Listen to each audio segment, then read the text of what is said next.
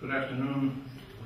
Thank you all for coming to our latest event in the Bill and Sally Hambrecht Distinguished Peacemakers Lectures at AUB. We're very pleased to have as our speaker today the Honourable Rob Rae, who is a Member of Parliament in the Federal Parliament in Canada and was the Premier of Ontario Province, and is now still in the Parliament and is the Foreign Affairs spokesman, though they have a different title for that, which I can't remember in Canada. He's the Foreign Affairs spokesman for the Liberal Party. He's been very active in several kinds of activities in his career. The reason we've asked him to be in this particular lecture series is he has worked in mediation in some areas, including Sri Lanka. He's dealt with controversial, sensitive issues in Canada over the years. He was appointed to do a study of the bombing of the Air India plane that happened in Canada in 1985.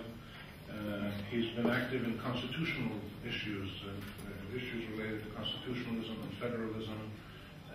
And the theme of his talk tonight is fostering power sharing and good governance in pluralistic societies, lessons from Canada's experience. The basic theme being that there's many societies around the world, including Canada, which societies that are made up of different groups of religious, national, ethnic groups, and how do they foster a system of governance that is inclusive, that is constitutional, and that allows for consensus building, and that is stable and peaceful. These are themes that are important for many countries in the Middle East, including Lebanon, Palestine, Iraq. He's been in Iraq to look at some of these issues.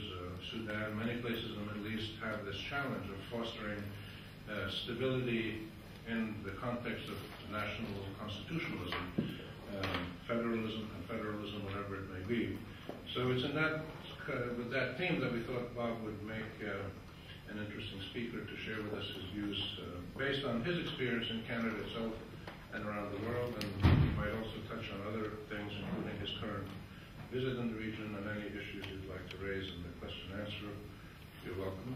So please join me in thanking Bob Rae. Thank you very much, Romy. It's a great pleasure to be here and to have a chance to share some ideas and thoughts with you. I look forward very much to questions and dialogue. There was once a New York Times contest for the most boring headline that one could possibly imagine, and the winner of the contest was the phrase "Interesting Canadian Initiative."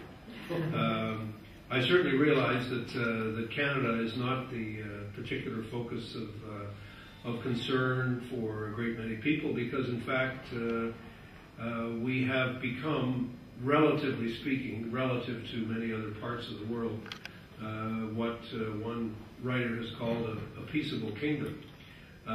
War and conflict is interesting and always gives rise to intense debate. But peaceable places are often seen as not very interesting.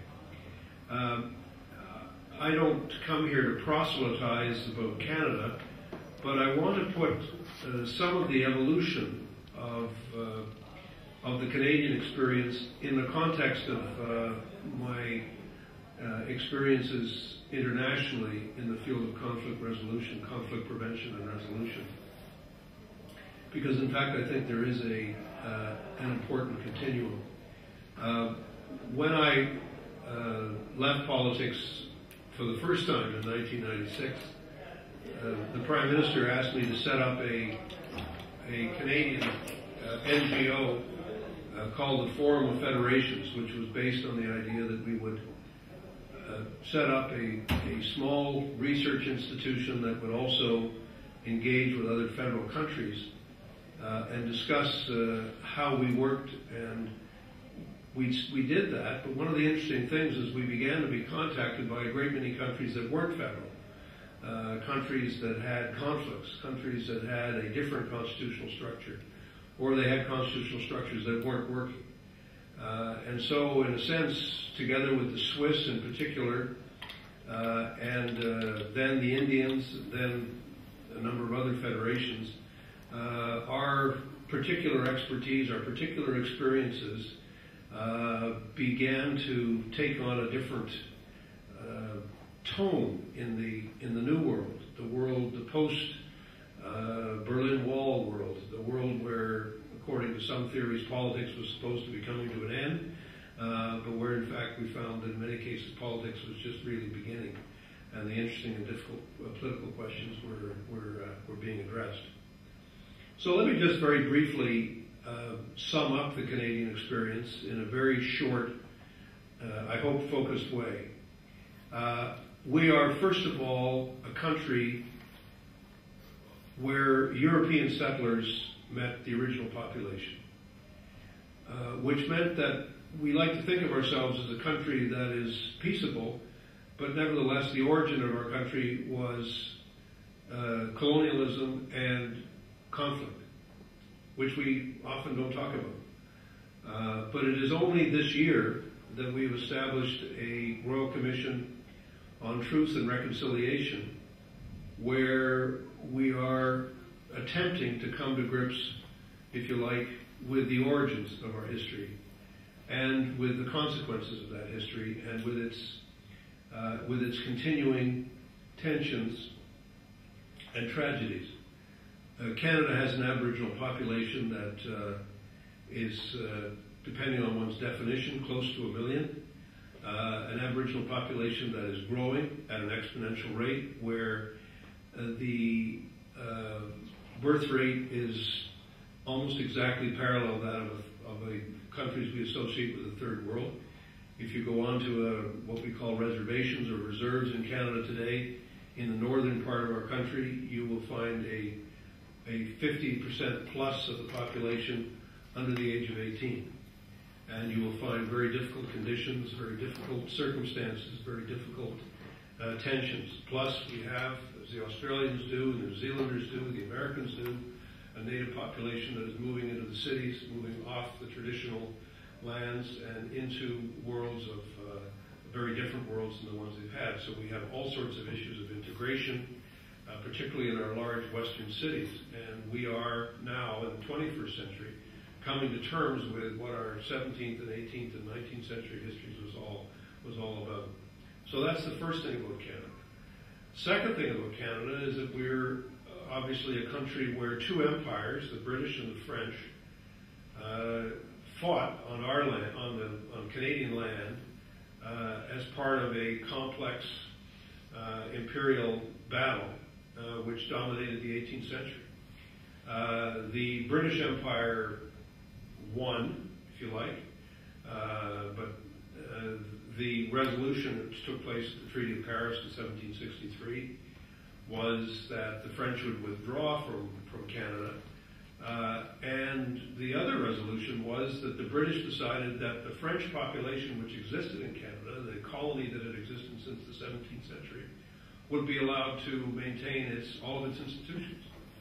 In other words, as opposed to other examples of conquest, which we can all reflect on from our study of history, the British decision was made, and it was made partly for strategic and tactical reasons relating to the American Revolution. But they decided very much that they were not going to oppose the Protestant religion or the English criminal code or the English common law or English institutions on Quebec. They were going to allow Quebec to be Quebec.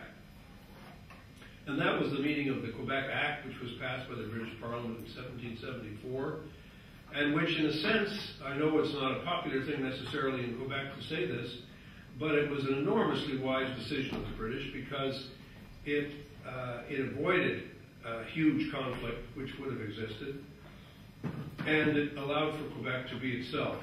We went through a brief period where the British came back at the end of the 1830s, and Lord Durham said, well, maybe that wasn't such a good idea. Maybe we should meld these two cultures and countries together. And Lord Durham went back to England, and the people who were left behind said, thank you very much, but that actually isn't going to work. That's actually a model that doesn't work for us. And so we spent the next 27 years arguing about what would be the best way for these two communities to live together. And ultimately what happened after 1867, which is the year of our Confederation, is that two national parties emerged, the Conservative Party and the Liberal Party, which were, if I may use a Lebanese phrase, non-confessional. In other words, the national parties were able to decide that the only way they could be truly national was if they had French and English, Protestant and Catholic together. And if, not an easy compromise, because there were lots of instances where these issues came to a head. We had many issues around confessional education, we had many issues around language, we had many issues particularly that came to the fore in the First World War and the Second World War with respect to how we would conduct those wars, because those wars were very unpopular in the province of Quebec, and we had a whole issue as to how we were going to be able to participate in those great conflicts.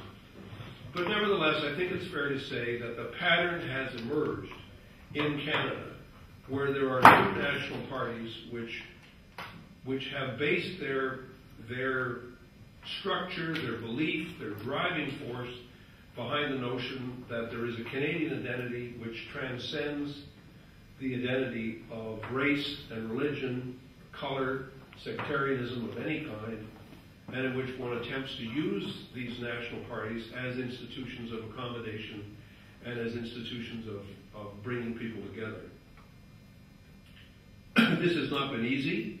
It has not been without controversy, and it has not been without conflict. In fact, as you all know, there's a very strong party from Quebec now, which has been in existence since 1967, which essentially represents the principle that Quebec should be allowed to be itself and to be separate from the rest of the country. We've had governments elected at the provincial level, because we are a country now which has become a federal country, which provinces have jurisdiction and sovereignty over considerable areas of responsibility. But in addition, we have created a Charter of Rights and Freedoms, which, in a sense, brings people together under this notion of a common citizenship. And we have attempted very strongly to distinguish between what the scholars refer to as ethnic nationalism versus civic nationalism. In other words, the sense of our nationalism, of our Canadian identity, is not based on ethnicity, it's not based on religion, it's not based on language, it's based on a set of common values, which are secular values, if you like, which are civic values, which transcend, in the best of times and the best of all worlds, which transcend the other differences which are still very powerful. Two other points that I would mention about our society, which I think have to be understood. The first one, and the two of them are connected,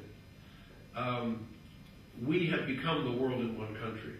As many Lebanese and Syrians and Palestinians and Israelis and others know, we are a country of immigration. We are an immigrant country. And probably the most important decision that we took as a country, we took without really knowing it. And that was that at two critical moments in our history, at the beginning of the 20th century, when we opened up the West to new immigrants, to people from all over the world, to come and populate our country and make it big and make it grow. So we had Ukrainians and we had Russians and we had Poles, we had people from Eastern Europe, people from beyond the traditional British and French immigration, come to Canada, and to become an important third element, another element in our makeup, in our culture. We did it once at that time. We also did it after the war, but most importantly, we did it in the 1960s. We made a conscious decision without, I think, understanding fully its consequences.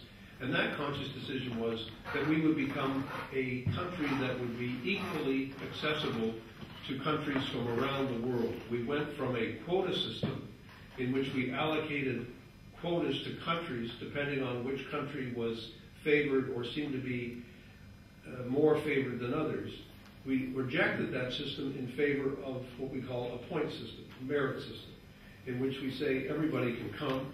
Additionally, families can sponsor families. So we suddenly went from being a multicultural country, which we had been as a result of this earlier decision, to becoming a multinational and multiracial country. And we are, my own visage notwithstanding, we're not a country of old white people anymore. We are a very different kind of country. If you come into our large urban centers, you will find millions of people from all over the world. We have vast Chinese communities, we have vast Caribbean communities, we have vast communities from the Indian subcontinent. We have a huge Muslim population. So when I'm meeting with Arab leaders, which I've been doing over the last several days, and we begin to talk, they start to talk, one of them starts to talk about the so-called Islam and the West issue, I look at them and say, I have 5 mosques in my constituency. This is not an issue of Islam being somewhere far away and distant from our country. This is part of who we are as a country. And so all the issues which the world has and which the world is dealing with, we are dealing with at home. And we are dealing with as a country that, as an act of deliberate policy, encourages people to be themselves. The shorthand version of it is we say America is a melting pot and Canada is a mosaic. We are a country which allows people to be themselves. And so the makeup of our country is much more of a mosaic than it is a melting pot. We encourage the instruction in people's own languages. We encourage the maintenance of culture. We encourage people to, and it has its own, this has its challenges. This creates an even greater challenge of common citizenship than perhaps we've ever encountered. I stress that was the first sort of new element that needed to be discussed. The second one is what I would refer to as Canada's emergence as an international country, not simply by virtue of who it is that makes up our population, but our emergence as an international country as a result of our role in the world post-1945. We took a long time to grow up as a country. We are gradualists in our makeup. We were reluctant when we became a country in 1867. It was not as a result of a revolution. It was not the result of a declaration of independence. We were created as a result of a British Act of Parliament. And for a long time, our Constitution was known as the British North America Act. We did not really have a foreign service until after the First World War. We fought in the First World War, and many people believe that our citizenship began to take form as a result of those sacrifices, as a result of people realizing that we were part of an emerging global sensibility. But we were members of the League of Nations. We became an active country in that regard. We began to send our ministers and ambassadors abroad in that post First World War era. But it was only after the Second World War when Canada found itself as one of the few countries that had not been directly attacked and had not been directly demolished as a result of the Second World War in the northern part of the world. And so here we were, suddenly present in San Francisco, present in New York. A Canadian wrote the International Declaration on Human Rights along with Eleanor Roosevelt. He was the pen. We became a key multilateral country. We became a country that believed intensely in the United Nations, that believed intensely in the extension of the rule of law. We were one of the founders of the GATT. We were one of the formulators of international trade law for the simple reason that we were one of the greatest trading countries in the world. Today, more than 50% of our GDP depends on trade. We're a small country, 35 million population, and we're a country whose GDP depends hugely on trade. We have one massive trade partner, which means we require multilateral institutions to deal with the impact of our neighbor and making sure that law and not power provides the rules. So the second aspect of our internationalism is not just our makeup, it's also who we are in the world. And this is what I think has created the powerful ethos for Canadian diplomacy in a variety of ways. And here I want to just, if you like, conclude with a few words about my own, a little bit about my own experiences, but also our experiences as a country. Everyone in this region is obviously preoccupied with the question, quite rightly so, of one of the great challenges that the world continues to face in the Middle East. Canada actually played quite a critical role, but not widely known. A Canadian judge who was one of our leading Supreme Court scholars and went on to write several very important decisions in the history of Canadian human rights, was a key swing vote in the determination for partition in 1947, the petition of the Mandate of Palestine. We were critical participants in the debates post 1948 with respect to what comes next, what happens. Mr. Pearson was the formulator of the idea of a UN emergency force which would bring Britain and France and Israel back from the brink at Suez and provide for the creation of a permanent force which in fact policed the ceasefires between 1956 and 1967. And post-Madrid, 1992, we remain a critical partner in, if you like, in whatever efforts are being made internationally. We hold the gavel on the refugee issue, which, if I can speak personally to Rami, is an issue that Rami's father used to beat me over the head with when we first met in 1962, which is quite some time ago on this critical question. We don't come to the conflicts of the world with an imperial history, except for the one that I've described with respect to our own situation. We also don't come to it with a sense that we have a mission to proselytize for one model of constitution over another. My own take on this, after much experience, and frankly none of it particularly successful, in the sense of short-term solutions, is that we have to have a sense of humility in the face of competing cultures, ideas, traditions, values, and perspectives. I'm currently writing about some of my experiences in an attempt to kind of counterbalance a lot of the neoconservative energy that in my view, led appallingly to the war in Iraq. The notion that somehow there's a simple concept called democracy that has only one definition, that this is an idea that is a universal value. These universal values need to be fought for and essentially imposed in all sorts of places and in all sorts of different times. We're going through this with respect to Iraq. We're going through it with respect to Afghanistan.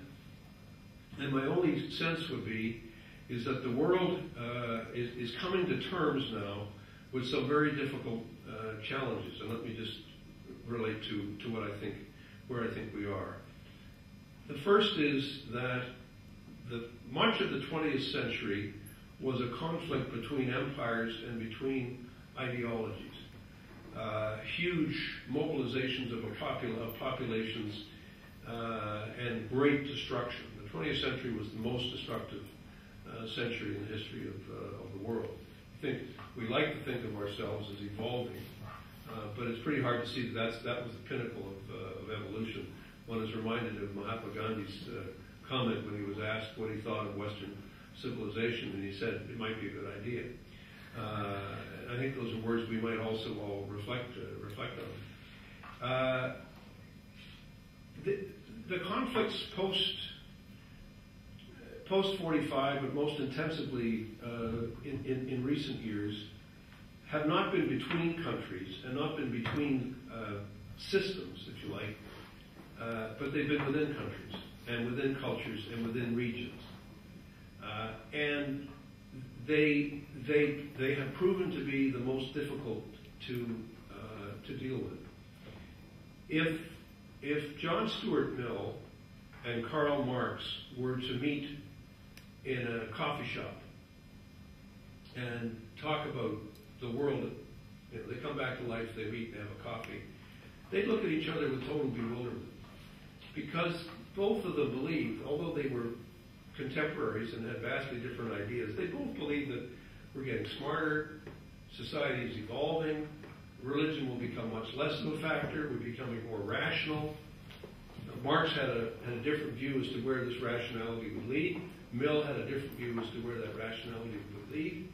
But the notion somehow that we'd be arguing about religion, faith, language, culture in the 21st century, and that these would be the key sources of conflict, that there would be literally millions killed in East Congo, there would be millions killed in Darfur, that this would be the central focus of our modern history, I think would be almost unthinkable to them.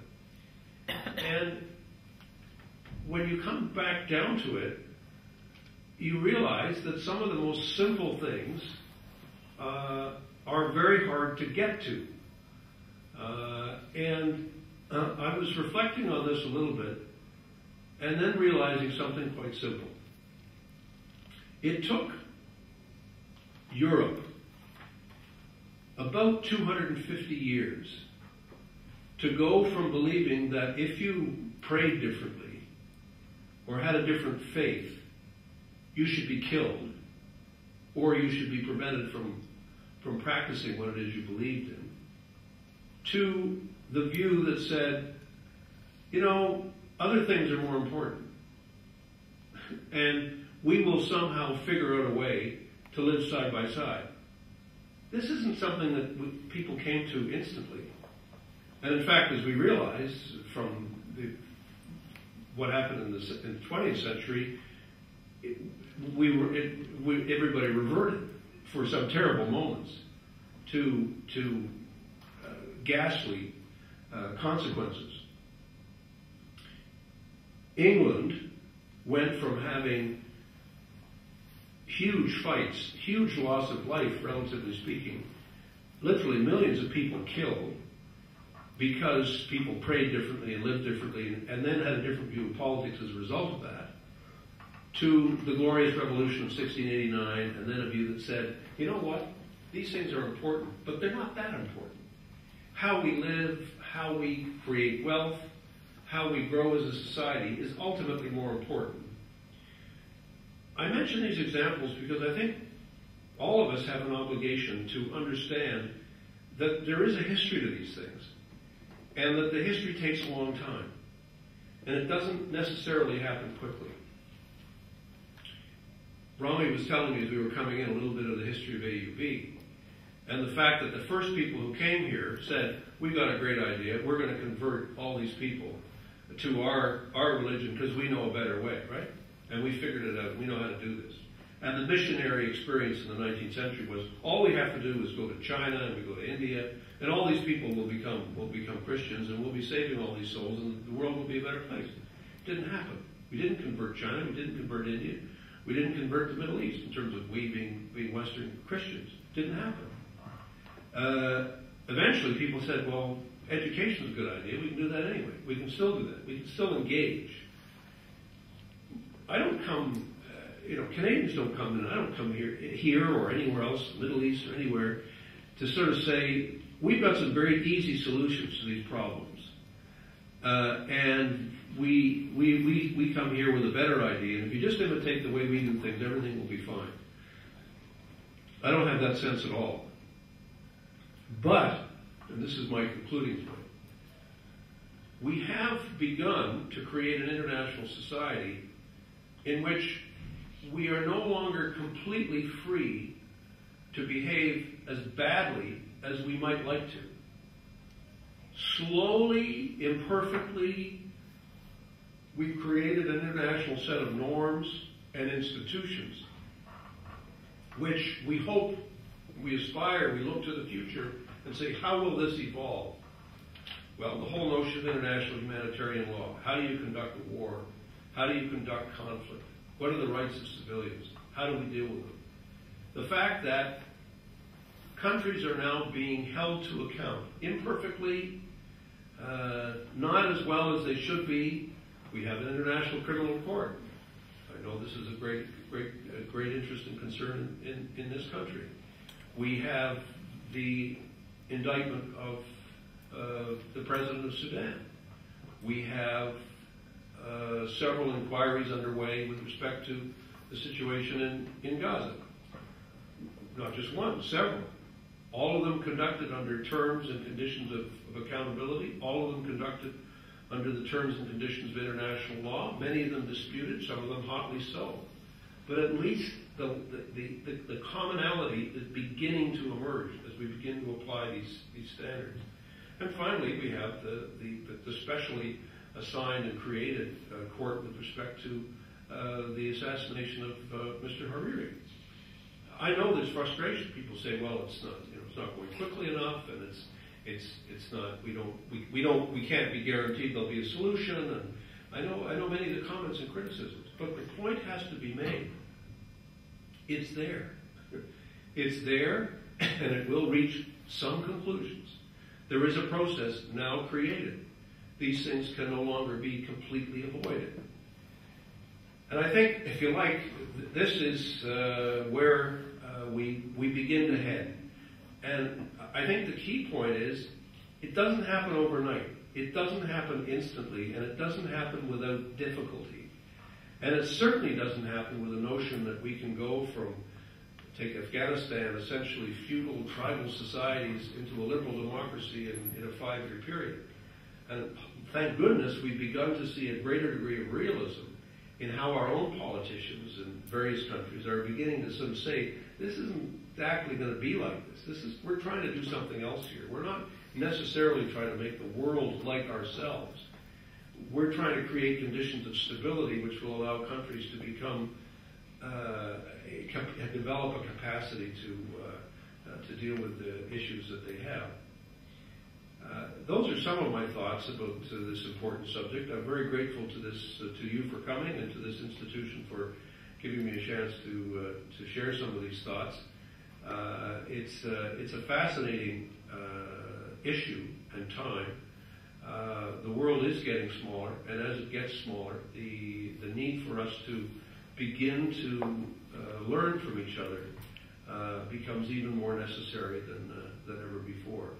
And if I may say, thank you to the ambassador for his kindness, and to say once again to Rami that it's interesting after our acquaintance, which began years ago in Geneva at the United Nations School.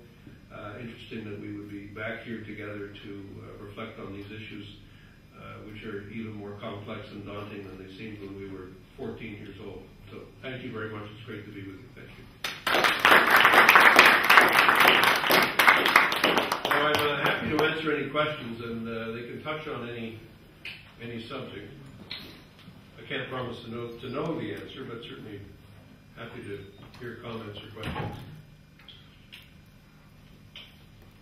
Sir. Okay. I have a couple of questions. Raise your voice a bit. I've lost my voice through a flu, so unfortunately I can't speak too loud. Professor Karim Mehtassi from the Political Science Department. Good. Two questions. Firstly, you ended on an optimistic note. You were talking about an international society, having said that the 20th century actually sort of disproved the evolution of sort of human society and human evolution. And I'm wondering, especially given what happened in this region over the past 8 years, whether one could actually see an international society that's being created in a way in which everyone is treated equally, as opposed to really double and triple tiers being created if one is not part of the European Western sort of model, then one is pushed onto a second or third tier. And rather than missionaries coming in the 19th century, we have instead international norms or international rules that could be seen as masquerading as, or playing the role of what was played in 19th century missionaries. That's one question. The other question is more specific to Canada. And I'm somewhat familiar with Canadian history, and certainly with Lester Pearson and the Canadian role in the United Nations. And I'm wondering if you could talk a little bit about why it is that Canada has seemed, while at the same time, of course, it represents its multiculturalism and, in fact, a model very different than the U.S. model. At the same time, it seems to have lurched quite a bit to the right, and in particular, seems within UN bodies to be voting very much against Palestinians and Palestinian, in Human Rights Council. Seems the last few years to have a record that's even worse than the United States and many European countries. So I wonder if you could comment on that. Happy to. First of all, I don't have an evolutionary model in mind. I think it's more like 2 steps forward, 1 step backwards, and I think it's. I don't believe for a moment that it's easy. I have a simple working philosophy. I have about, maybe, God willing, 25, 30 years left, or maybe less than that. And pessimism is a luxury I can't afford. I mean, you can't. It's not a good working proposition for me at this stage of my life. So I think we have to do our best, literally. I mean, I know it sounds rather Boy Scoutish, but I really believe it. I think we have to look to the signs and the ways in which we can make improvements. We all know what has to be done. I mean, in the case of, to be very direct, in the case of Israel and Palestine, I think we got it right, roughly right, in 1967 at the UN. And I think we're all struggling to get back to that point, or to get to that point, or to get to something like that point as the basis for a solution. As a professional mediator, I mean, I solve commercial disputes and all kinds of disputes, or try to. You look for a zone of agreement. Do we have a zone of agreement? I think we have a zone of paradigm of what an agreement could look like. The problem is, because of the way in which the conflict has in some ways not only continued, but at times when it blows up, it consolidates public opinion on all sides in different directions. Whereas before one could make agreements that were essentially between elites, we now find the need to make agreements that are broadly acceptable in public opinion. And that, I think, is a feature of the fact that all countries, whatever their form may take, have a democratic element in them, in that people have to listen to what the public is thinking and saying, because essentially it's within public opinion that agreements are arrived at. We have found how difficult that is in Canada because we've tried to reform our constitution on a number of occasions, and whenever the elites got together, they could do it. But whenever we had to go and consult the people, we were not able to do it, because the people just said, it's not good enough. So this isn't easy. But I would discourage people from being pessimistic. It's not easy. It's very difficult. And there isn't an easy way to get there. I mean, quite frankly, I spent the last few days, I have a lot of leaders who say to me, just talk to Israel and you'll fix it. I just say, it's not that easy. Because you're not just dealing with Israeli leaders, you're dealing with Israeli opinion. And that opinion, like all opinions, shifts and goes and hardens and softens depending on leadership, depending on the issues, depending on how issues are formulated creatively by leaders and then presented to them. On the second point, again, I'd ask you to go a little deeper. I wouldn't exaggerate the shift. Canada, for example, was instrumental in the creation of the International Criminal Court. It would not have happened without Canada's consistent, persistent leadership, its determination to move ahead in creating this new jurisdiction, creating this new institution. We were instrumental in the passage of the Landmines Treaty, which was one of the most recent international treaties which has had some effect. I was in Jordan the other day, and the northern part of Jordan is being demined, and that effort is continuing. These are modest things, but they make a difference, and they do make life safer and better for people.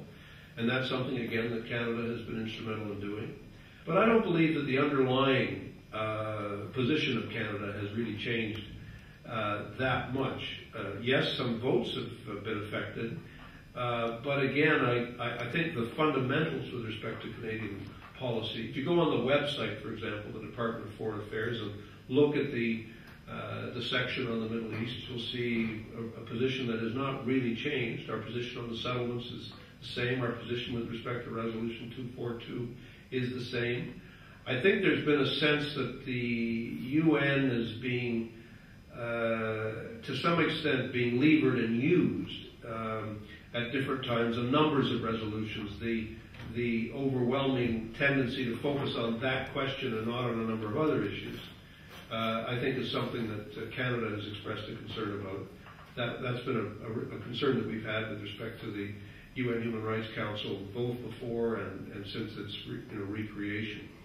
And that's a source of debate and discussion, but I don't think there's been some fundamental turn. Finally, my own view is that the election of President Obama does change things because we have a slight shift in the U.S. in terms of its renewed commitment to international law, international norms, and I think that is going to make a difference for how these institutions emerge. I mentioned both the Criminal Court and the Landmines Treaty. The U.S. has not signed either. And it does, I think, we are looking at an interesting question as to how long we can, America can be the exception in terms of its public commitments to these rules. Yes, sir? I've lived here in Beirut for 3 years, but I'm still registered as a voter in Toronto Centre, Rosedale. Good. So I suspect I'm you're the most only constituent in the room. You're the most important person in the room. You discussed, you mentioned Canada as sort of a multinational nation.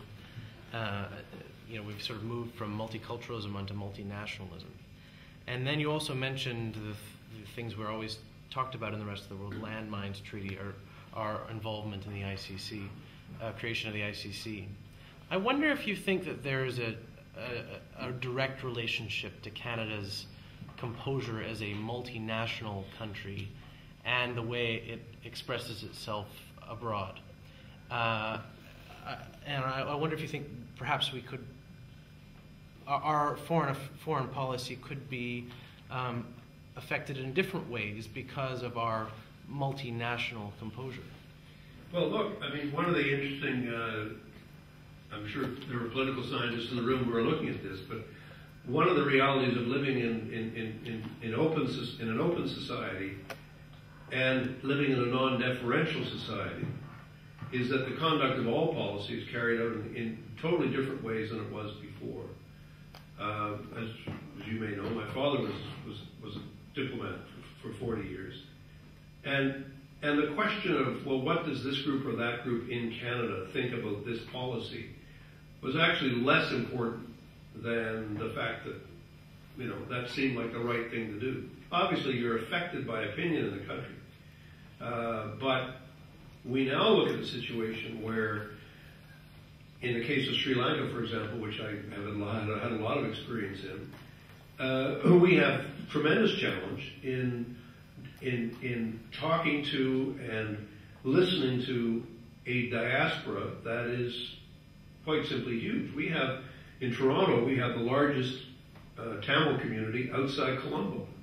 200,000 Tamils living in Toronto. So they're directly implicated and affected by what's going on because they're recent arrivals and their families are still there and they're speaking to us. In the case of the Middle East, every Canadian politician is aware of the fact that there are Jewish and Muslim groups and individuals and lobbies that have very, very strong views and very strong opinions and do not voice those opinions quietly and they do not voice them privately. They are very public and in the pressures that they bring to bear on policy making. So I have no doubt that our policy is often reflected by who we are. I would make one more comment, which is not perhaps related to your question, but it's been on my mind, and that is this question of what's news. it's really quite amazing when you consider how many people have been killed in East Congo as a result of the conflict in Congo, and how little attention that has received, how we don't really know. When I say we, the world isn't really well informed about what's the basis of that conflict, how is it happening, how could we prevent it, how could we be engaged. There are several thousand UN troops that are there, as there are nearly 20,000 AU troops acting under a UN mandate in Darfur. We don't hear much about them because, and Rami, you're the expert in this. What is news depends on where the cameras are and where the feeds are and where the journalists can get to. I was mentioning to Rami just before that the only really reliable report we have in terms of what is happening in that northeast corner of Sri Lanka, which is the last area and desperate area of fighting, the only information we get is from a blog that comes from the ICRC, where the guy is actually standing on the beach and then phoning through a cell phone to the hospital saying the beach is getting bombed and there are people trying to get in boats and they're being killed. We have no other independent source of information. So what is news is affected as much by, that affects opinion too. But yeah, you're right. When I go home this week and I'm next week in my riding on Friday and I'm just going over my schedule, I'm seeing people about Palestine. I'm seeing people in my riding. I'm seeing people about Palestine. I'm seeing people about Sri Lanka.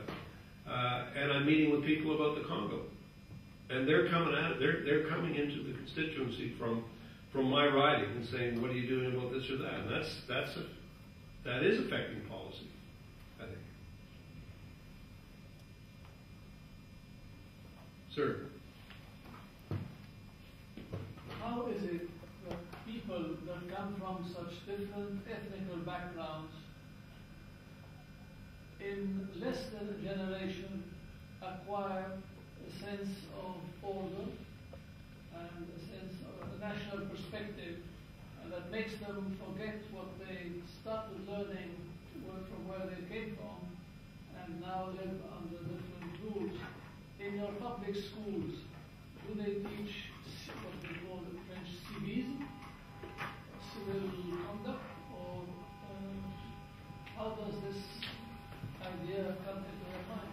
Well, I don't want you to think that I love my country and I am a fierce proponent and advocate for it, but we don't have an ideal situation. We have lots of potential for conflict. One has to admit that one of the reasons that we do as well as we do is because we have been reasonably prosperous. And that prosperity has allowed us to continue to expand public services and to continue to provide opportunities. I know from my own experience in politics that when that prosperity is threatened, as it is now, we will find it will start to create the potential for conflict. That's just one of the things we have to live with, and it is difficult. Education is provincial. It's devolved. We don't have a national education system. We have a provincial education system, which is much more local in its orientation. And we do have real efforts being made to engage children at a very young age. The values of the values of the street are very much opposed to racism, very much opposed to any expressions of exclusion. And inclusion is very, very much a part of the public value system of the country and of the province and the cities and of our education system. And so we have quite strong human rights laws which actually make certain forms of hate expression and certain forms of exclusion a crime. Plus, while we do have racial differentiation in the sense of there are parts of a city that are different from others, and we do have gaps between rich and poor. In the case of my own constituency, the northern half is very wealthy and the southern half is much less so. But we have been able to try to create some common institutions which bring people together. And I would, without being a missionary, I've always noted the fact that in Lebanese politics, confessionalism seems to be the rule, whereas I think most societies which have moved to a different level of mutual getting along have created stronger national institutions, have created either political parties or NGO or civic institutions of some kind that transcend expressions of confession. And it may be that that's just, it can happen easier in some places and at some times, in some conjunctures than at others. But we did make a kind of a big shift as a country in the 19th century where people just said, we're not going to allow these issues to completely plague everything that we do. Let me give you one example. In Toronto, there's a society called the Irish Society, which has been created by business leaders in Toronto who are of Irish origin. It is a completely secular institution. There are Protestants there, there are Catholics there, there are orange people there, there are green people there. And they're all together in the group. And many of them are recent immigrants. And they come because for them it's such a refreshing change to say, leave your sectarianism at the door. We're all here as Irish people, and we're all here to fund, projects and, celebrate Irish history and do work in Ireland. And that's been very different from the U.S., where the U.S. Irish lobby was very closely associated with the struggle in Ireland and had a very different role to play in U.S. politics than what's happened in our politics. I mean, it's just happened differently. And I think it does relate to some of the civic values which just are there. I mean, nobody told people to say, you're going to create this kind of a society. We could have had, 2 or 3. No, we used to have orange lodges in Ontario, and we used to have the biggest Protestant parade outside Northern Ireland. It was in Toronto. But there isn't one now. There is no such parade. There is no such event. There's no such celebration. And it's really interesting how this has changed. But take in Western Canada, yes, a lot of immigrants are from different continents. Totally. Some of them come not knowing the language. Totally. They can't understand your religion, you can't understand theirs. How is it that in such a short time, about 10 years, they become good citizens? Because, I don't know how to put it, live and let live is a very basic part of our culture. People are simply not going to allow the perpetuation of sectarianism. It just doesn't happen. I mean, it happens, but it's not, it goes against the grain. And where we see it happen, I mean, Rami mentioned the Air India inquiry. We had a bombing of a plane, which was the largest civilian aircraft bombing post-war up to that time in 1985. That was, it would appear, that had its origin in the dispute in India between the Sikh community and the broader Indian government. And that experience was devastating. And I was asked to do an inquiry, and there's now another inquiry by a judge, which will be completed this year, in which I think there'll be a very extensive discussion of how did that happen. In other words, how was that level of sectarian dispute allowed to go to that extent?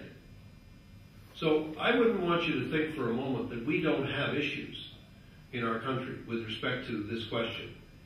But I do think it's an interesting contrast with Europe, for example, where there is a sort of an official culture, whether it's France or the UK or whatever country, and there are no official cultures in Canada. There's no Canadian names. There's no, I mean, everybody, it's just a way we've evolved to say, doesn't matter. And then we have equalizers like every culture, like sports and other things, which everybody more or less participates in, and it's a transformation of our society. But I don't want you to think that we live in nirvana, because there are issues that we face, as every culture faces. Thank you, sir. Thank you. First of all, thank you for this, I would say, very transparent way of thinking and expressing thoughts. A couple of comments first. You mentioned multinational society in Canada. Is this at all in conflict with Canada as a nation?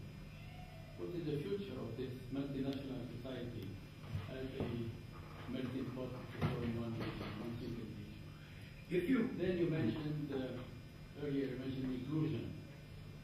It made me think that you may not mean integration, maybe. Second, what is the role of law and order in Canada, which I believe is very strong?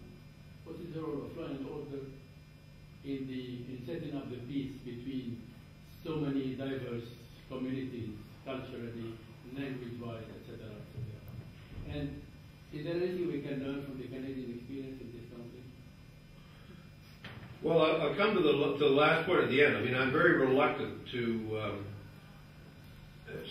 kind of, say so, because I think I can only present you with some observations, and then people can conclude themselves, well, that sounds like a good idea, or maybe that has no application here, or that would be very difficult to do here. On the first point, I think there is a concern about the need for integration. I think there is a concern about if everything is separate, then what brings us together? And I think that concern is being expressed in many quarters. The fact that citizenship is something we have to work on, and citizenship is not something that happens by accident. So we have to become even more positive in our creation of a common citizenship, precisely because it's not based on any, quote, natural ethnicity. You may remember or be familiar with the writings of the famous French sociologist Ernest Renan, who wrote the famous book, What is a Nation? And he said, he's a French sociologist of the 19th century, saying, well, is it based on ethnicity? Is it based on language? And he went through, even in France, which we all think of as being monocultural, he said, well, no, actually there's Normand and Breton, and there's all very different, had different cultures and languages and different religions, Protestant and atheist and Catholic and everything else. So what is a nation? A nation is a group of people who have decided that they did great things together in the past and they want to do great things together in the future. So it's based on common projects. It's based on this notion of a civic society. And it isn't about religion or race or language. It's actually about something else. And our experience is, if it's going to be about something else, you really have to work at that. And if you're going to try to break down the barriers, then, which we believe you do have to break them down, then the things that you have in common, you have to encourage. Another thing I haven't mentioned, which is intermarriage. Intermarriage is very common in Canada. It's increasingly common. It's quite fascinating now to see people and couples in Montreal and in Toronto. It's a very interracial society now. It's not. I mean, this is not unusual. I mean, you'll have dinner with friends, and you'll find the kids are going out with people from all backgrounds and somehow people cope. It used to be that in our culture that the intermarriage between French and English, that was huge. Or between Irish and French Canadian, that was huge. or between Protestant and Catholic, that was huge, or between Jewish and Christian, that was huge. I myself, my wife is Jewish, so we live with this. And my wife's comment, she says, look, every marriage is an intermarriage, it's just between two different people. But it has an impact. And I would suspect that in some places in the world, it's still a big deal and still very difficult. And people have to leave communities because they can't survive in that closed framework. So you really have to work on it. Law and order is very important, and crime is always a concern. And I think that the underlying concern about crime and about order is, again, a very important. People say, well, you don't have very many common values in Canada. Actually, we do. In our Constitution, the words peace, order, and good government are in the Constitution.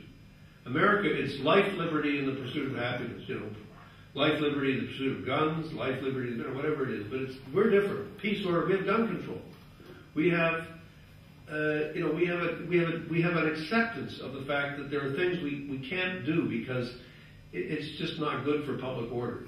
And we do not have as high a rate of incarceration anywhere near what the United States has.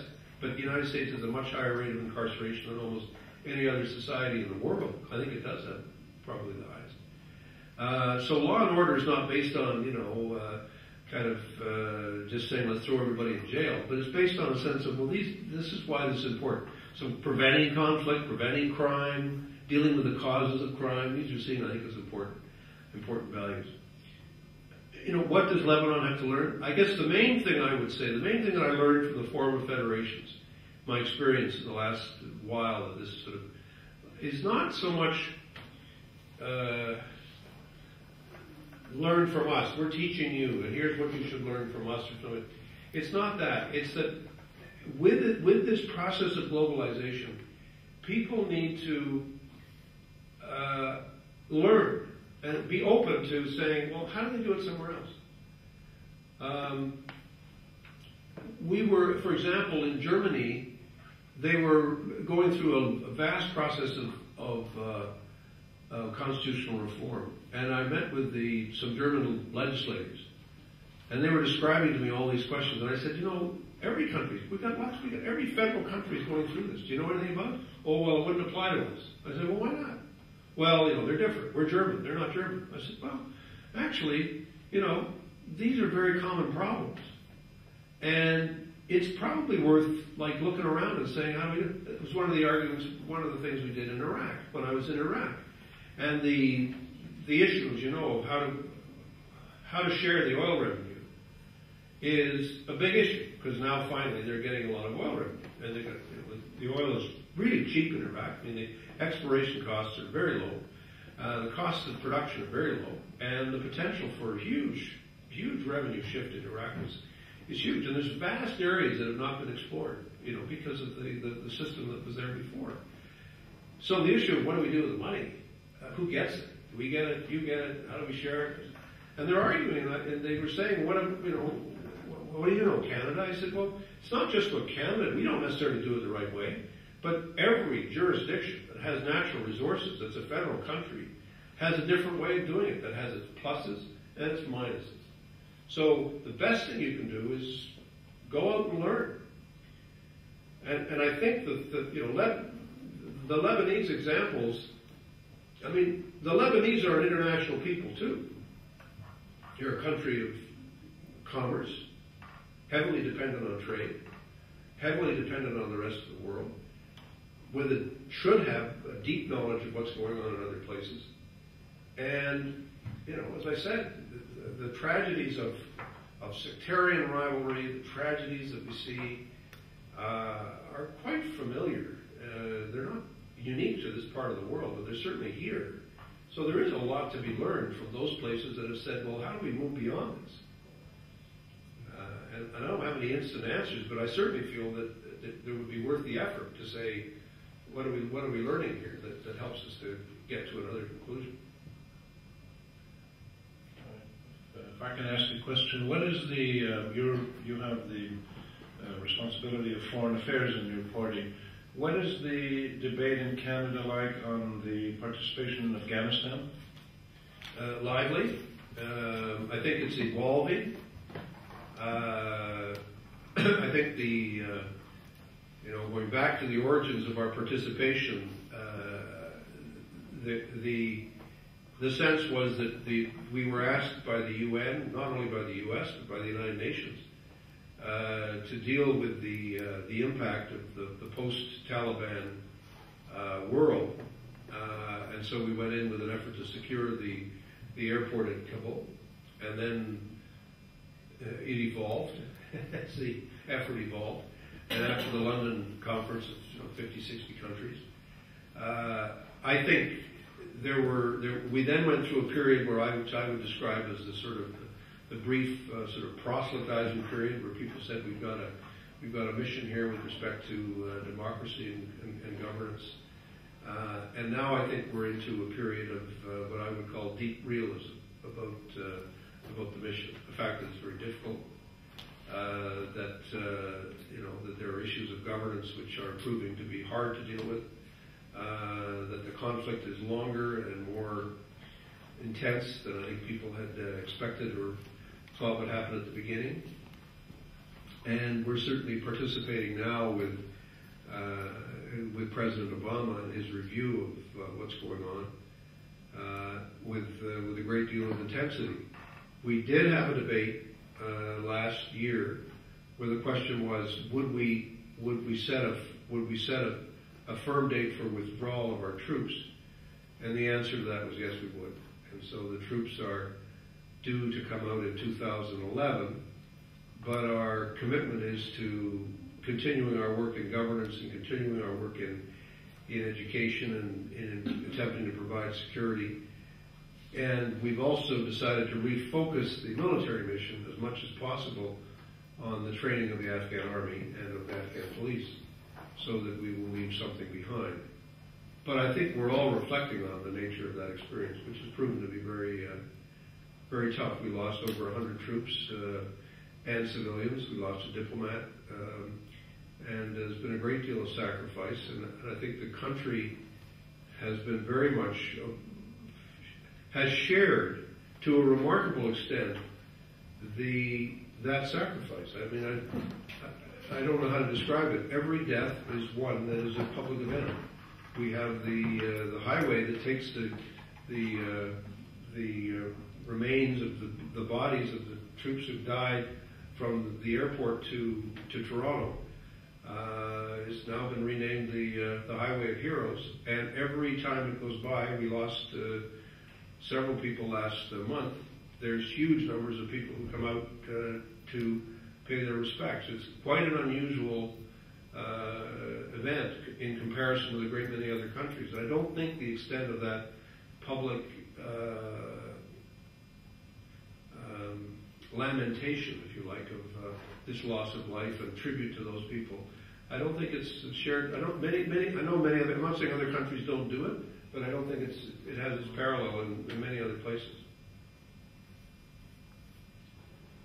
Any other questions? Yeah, well, that one. Excellency, the Canadian investor.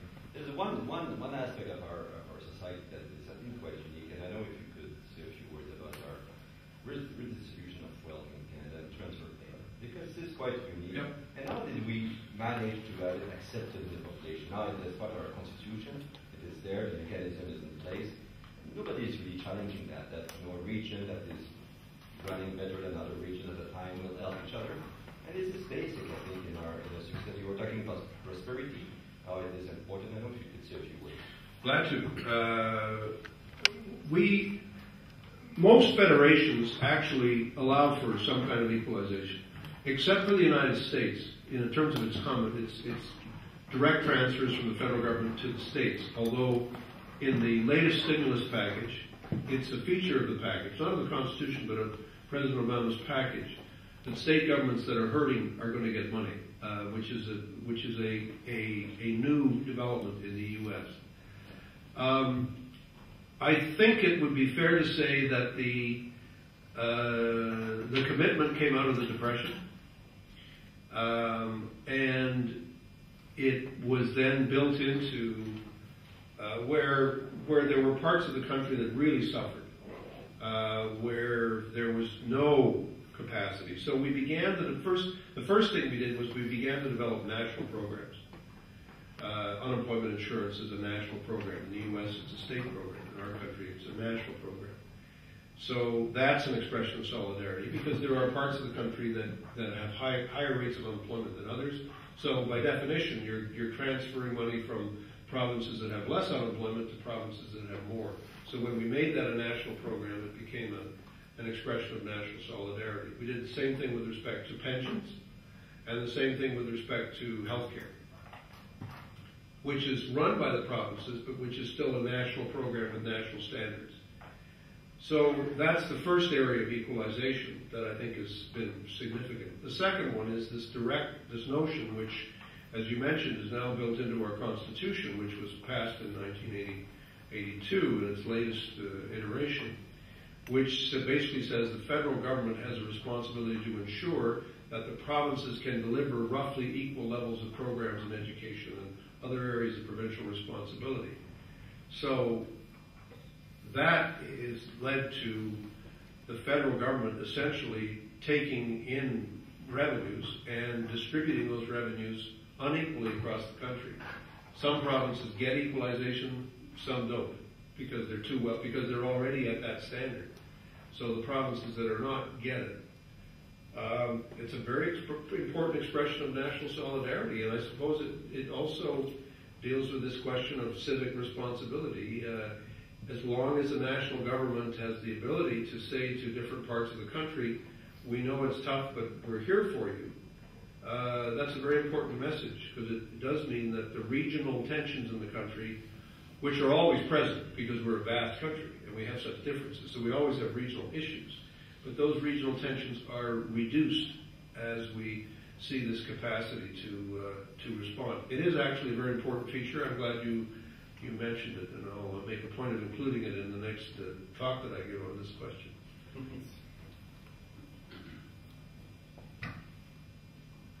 Well, even though we have a well-established welfare, Raise your voice, please. even though we have a well-established welfare system in Canada, I guess that there's still some kind of class cleavages or socioeconomic cleavages. And to what extent, if they do, to what extent do these cleavages overlap with your national cleavages? Well, that's a very complicated question, but a very good question. Probably the greatest classic in Canadian sociology was written in 1957 by a famous Canadian sociologist called John Porter, in which the book is called The Vertical Mosaic, where he says, yeah, we have a mosaic, but it's not equal. I mean, don't believe that it's a beautiful, it's all beautiful. There are no class differences in the country, because there are.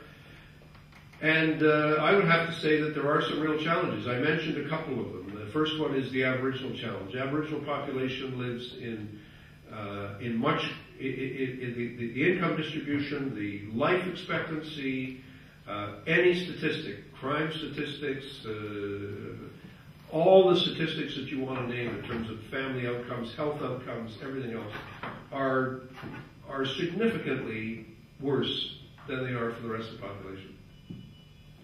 And that is a significant challenge for the country that has been largely ignored, and because for a long, long time the Aboriginal population lived away from urban centers and lived away from attention. I was speaking earlier about news. What's news? Well, if you're living north of 60, or you're living up in northern Ontario, or northern Manitoba, or northern Saskatchewan, or northern Western Canada, or northern Quebec, for a long time nobody knew the centers of communication didn't have to take that into account, and they didn't. But we're now living in this age of integration, where people are coming into the cities, and where we no longer can say, we don't know who you are, we don't know where you are. We all know where everybody is. So that's the first significant cleavage. It used to cleavage between French and English Canadians. And French Canadians, for a long time, incomes were lower and opportunities were less, and there was discrimination. And the nationalist movement in Quebec and the movement of the Quebec governments to do more is largely a response to that. Despite the continuation of the nationalist movement, one has to say those differences are much less today than they were before. Quebecers are very active in Canadian industry, very successful in Canadian business. Most of our most successful, well-known Canadian companies are led by French Canadians, by Quebecers. Bombardier, SNC-Lavalin, the other which would be known in Lebanon. So that, I wouldn't say that's over, but it's certainly not as significant. The third area now which we're finding, which is a real challenge for us, there are two. One is the rural-urban split. So we have great pockets of rural poverty, and that's a real difficulty. Regions of the country which are resource dependent, which in eastern Canada, again, significant issues of poverty, significant issues of exclusion. And finally, new immigrants. We're finding in the last 15 years in particular that we're not doing as well in including, and we're not doing as well in making sure chances are equal. And this is taking place at a time when, because of our decision to get out of debt, which we made as a country in the early 90s, public expenditures were being reduced significantly. So we have a particular challenge now, which I think is going to be accentuated by the recession which we're experiencing, which in urban Canada, we're seeing the chances, the work opportunities, the poverty situation, the housing for new Canadians being significantly less than for established Canadians. And so that is a differentiation which is causing tension. You talked about law and order. With respect to the Aboriginal question, with respect to this situation, it is an issue that we have to deal with as a country in looking at how we make sure that, as I said, we make sure that we are creating the solidarity that's essential for a strong society. And I think that's something that we are contending with. So those are very important sources of cleavage and distinction and differentiation, which are not always positive, which we have to deal with. What about gender disparities? They are less than they were, but they still exist. We, like the United States, have been very positively impacted by the so-called women's revolution of the 60s and 70s. And we are seeing significant breakthroughs for women in the professions. There are more women than men in law school. There are more women than men in medical school. There are dramatic shifts taking place in business. But if you looked at outcomes in terms of pay, for example, you'd still see a discrimination, and we don't have enough women in politics. And there are still people who feel, and there's still a glass ceiling. I mean, it's not a matter of opinion. It exists, and so we still have to break through some glass ceilings. We've come a distance, but we've still got a ways to go. Thank you very much. If you would join me in first thanking Bill and Sally Hambrecht for making this series possible, and the Issam Fares family for setting up our institute, and Rob Rae for joining us. And perhaps if these countries around here that have so many problems are ever going to be put under foreign mandates again, maybe we'll ask the Canadians. Thank you very much.